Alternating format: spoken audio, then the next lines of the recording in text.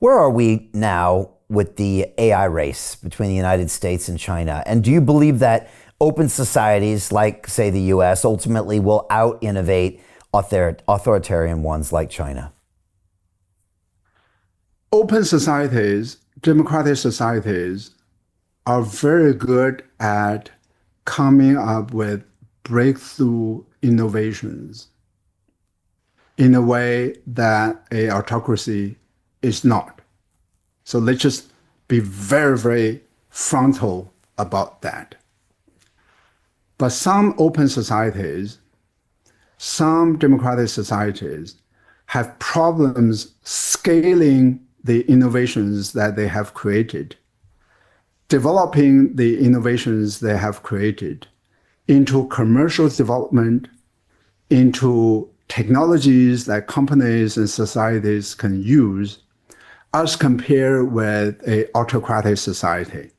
An autocratic society has this incredible capacity to concentrate resources, to build capacity. It is not very good at coming up at new things, but it is incredibly good at scaling things that have been created. I think in AI, this is where we are between China and the United States.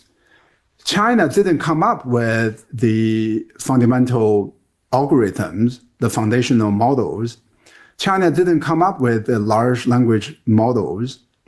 China didn't come up with the origination of the AI. The origination of that was going back to the 1960s in the United States. Minsky and others. A lot of it is connected to MIT, right? And China was nowhere near that. China didn't come up with the EVs. China didn't come up with the solar panels. Remember, President Carter in the late 1970s put solar panels on the rooftop of the White House. China in 1979 was nowhere near the solar panels and that.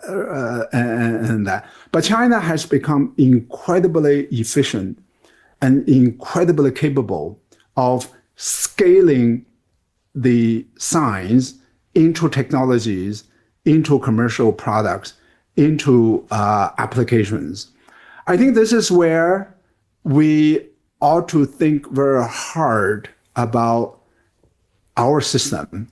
How come we're good at innovations, but we're not good at scaling? Peter Thiel took $500,000 and turned it into $1 billion using the exact same techniques we're using inside the investment club. He met a CEO, his name was Zuckerberg. He pitched him the deal and he said, okay, I'll give you $500,000. Mark went public and sold the shares to people like you. Well, what happened to Peter? Well, he exited and got a 2,300x return.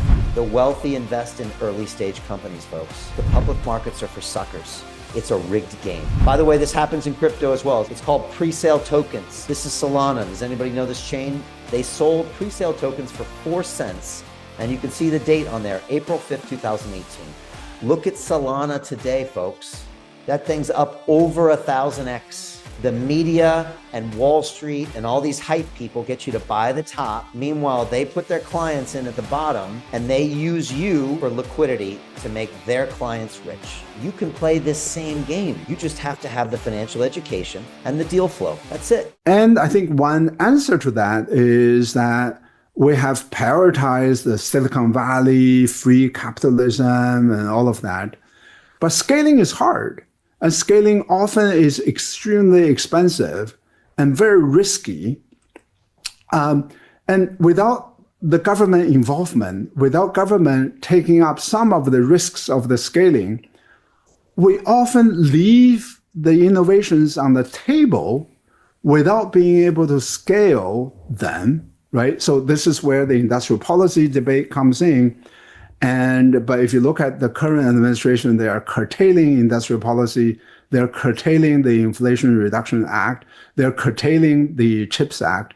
They're doing exactly the opposite of what a democratic society ought to be doing, which is a hard-nosed look at where our deficiency is in terms of scaling.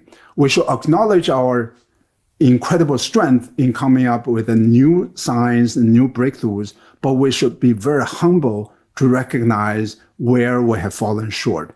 And this administration is not doing that. Well, he's got the AI czar in Washington, and they're pumping trillions of dollars of investment. Maybe they are actually helping scale now. Well, only in AI, right? But let's just be very realistic. AI is also built on some of the hard assets, on energy generation, and then in the end, if you want to protect the environment and the climate, you want to do it with new materials and new material science and new material technology. They are not doing any of that. They are cutting the research funding of the National Science Foundation. And then we're talking about the life science. They are cutting the research budget of the National Institute of Health. Yes, they go on the AI full steam, but I actually believe that it is incredibly reckless for them not to think about the regulation. AI raises all kinds of issues about the dangers and the risks of kind of unregulated AI. I disagree with that view. I think they're extremely reckless in their unregulated AI pursuit, while undermining all these other critical aspects of American technology and American science. To continue watching the rest of the episode for free, visit our website londonreal.tv or click the link in the description below. Hi, it's Brian Rose from London Real. You probably know that we've just recently been re-platformed on YouTube after 25 months completely in the dark. The truth is, I really need your help. What I really need you to do is click on that subscribe button right now, like this video, and maybe even leave a comment or share the link with friends. We're really fighting against an algorithm that's tried to keep us quiet for so long. And the more subscribers we have, the more people watch our content, the better guests we can bring you, the better content, and we can continue transforming lives. We've been doing this for 14 years now. I want to do this for another 14 years, but I really need your help.